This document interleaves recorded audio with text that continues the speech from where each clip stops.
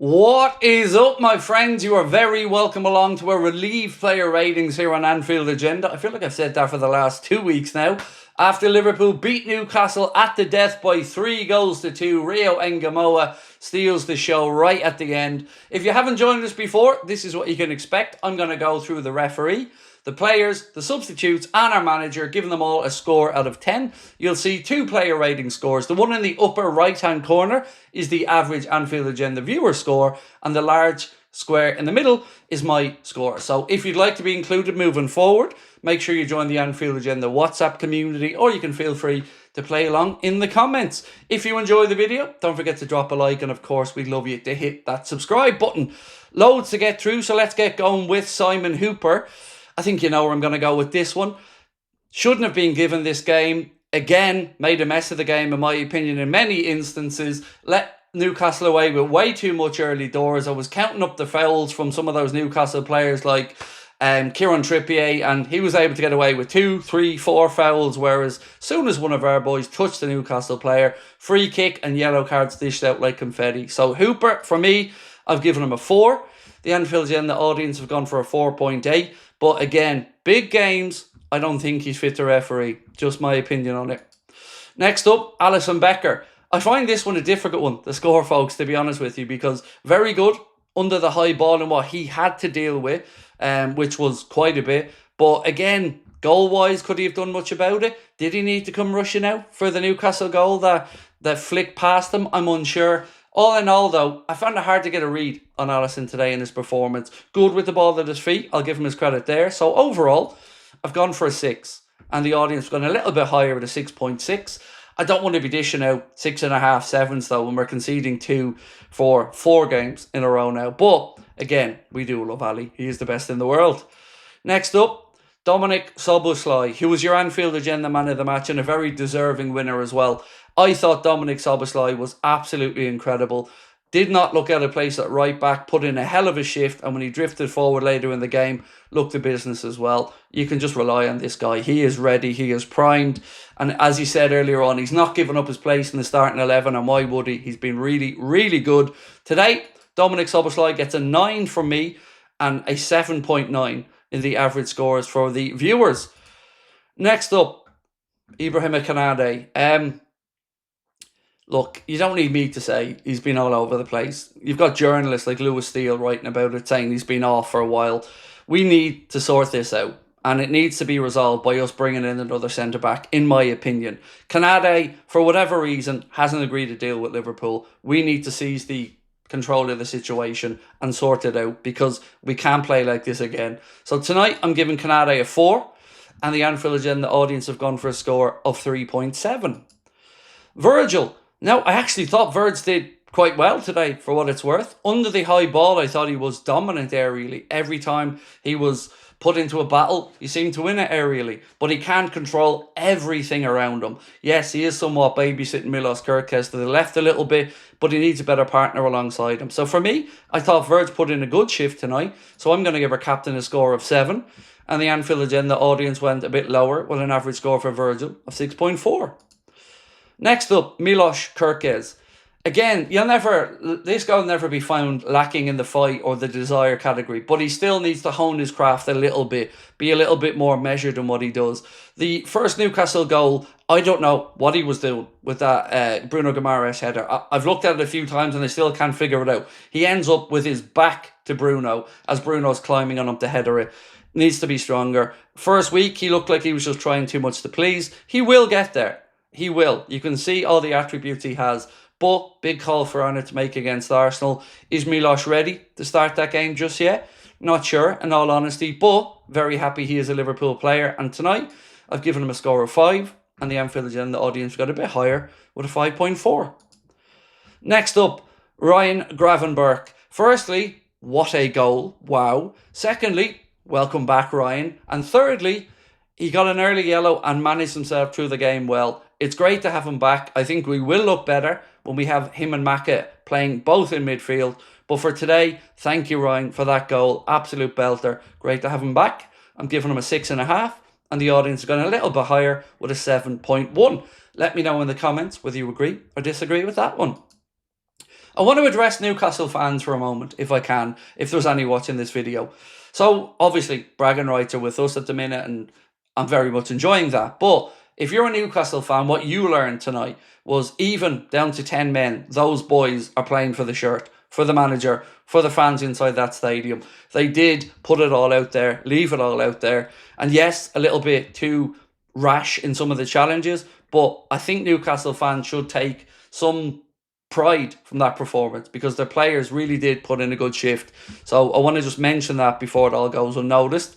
Curtis Jones, again, he seems to come in for a lot of scapegoating is the word I'm going to use. I thought Curtis was okay today. Hung on to it a little bit too long, as he always does at times, but certainly nowhere near one of the worst players out there for me. So I've given Curtis an average of 5.5, which is kind of my average score for a decent performance today. You guys a little bit higher with a 5.9. But truth be told, I wouldn't really want him starting at the weekend. I wouldn't. I'd rather have Dominik Szoboszlai, Gravenberch, Maka in there, or Wirtz. Just no for me on the Jones against Arsenal. Right, Florian Wirtz. I don't think it was a great performance. Again, you can see the good parts. You can see what he wants to do. You can see the positions he drifts into. You can see the ground that he covers, the pressing, lots of things. But he isn't quite at the pace of the league yet. No problem with that whatsoever in my mind. Sometimes it takes players a little longer than others. And that tonight was a particularly tough environment. So for me, I'm going to give him a 6. I thought he was okay. You can see some good stuff, but not quite there yet. I've no doubts that it will come. So 5.6 for the audience and a 6 from me. Next up, Cody Gakpo.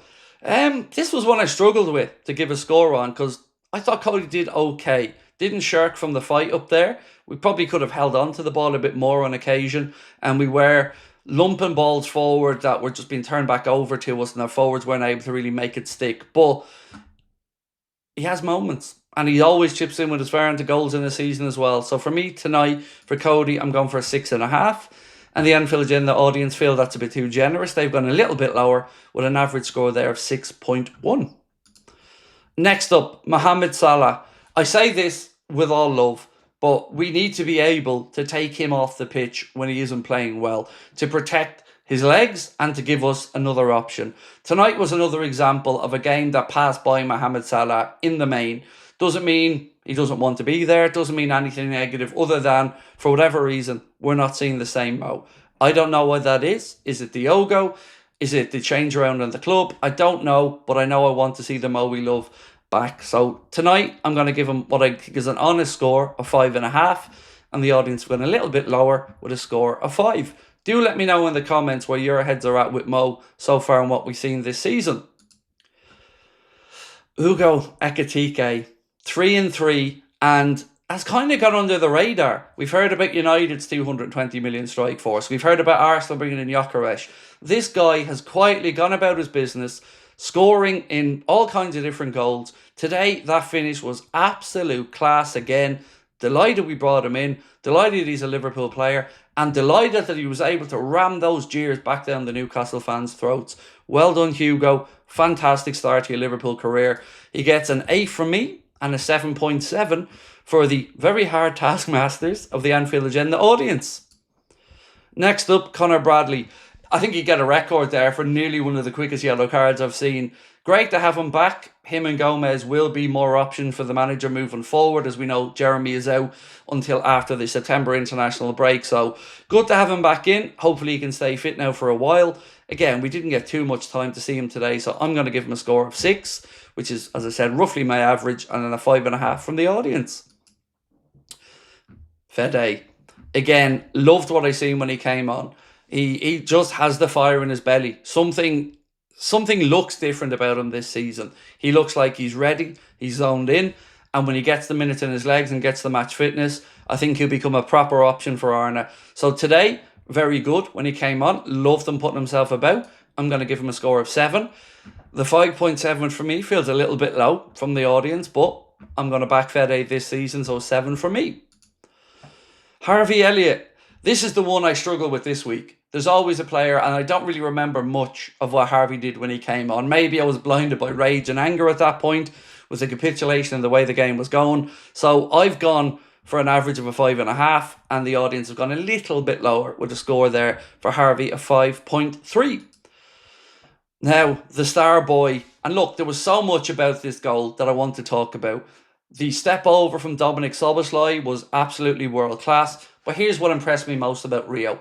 Most normal people, even professional footballers, may have taken time there to have a touch, because what Dom did with the step over was create the ability for Rio, if he wanted it, to take a touch, compose himself and finish it. But he had none of it. Didn't need that touch, didn't need time, just used the ball, the pace of it, and steered it into the corner, passing it into the net past Nick Pope. And that showed me everything I need to know. The kid is ready, the kid is composed, but most importantly, the thing I loved most was the celebration. The sheer joy of a fan on his face. Bottle that. That is priceless. So Rio, thank you for rescuing us today. What a finish. And of course, he gets a score of 9 from me and an 8.8 from the audience. Lastly, our manager. I haven't really been happy with what I've seen in the first 2 weeks and whether it's a lack of options. But today, we had 10 days to prepare for that game and we looked out of sorts all the way through. We couldn't in any way say that was a good Liverpool performance. We won, and it's much better to talk about this after winning. Picking the bones out of a poor performance with 3 points is a lot easier. But we have a lot of work still to do, and Arna needs to get stuck into that defence and figure it out. So I'm going to give him an honest score today of 5.5, and the audience has gone a little bit higher there with a score for Arna of 5.7. So ladies and gentlemen, that is it for tonight. We have gone to Newcastle, put them in their place with a 3-2 victory. I say put them in their place, I got to brag a little bit. But we need to be better against Arsenal at the weekend. We have time in the window to bring in a couple of more signings, and we need to do it. So tonight, go to bed, enjoy yourselves, get up tomorrow, and we'll go again. I'll be here at 4:30 with a news video, a stream at 8:45, and a late night news video tomorrow night as well. All roads lead back to Anfield this weekend. Mikel Arteta's boys are coming to town, and we need to be better. Thank you for your support. We'll talk soon. Much love. Bye-bye.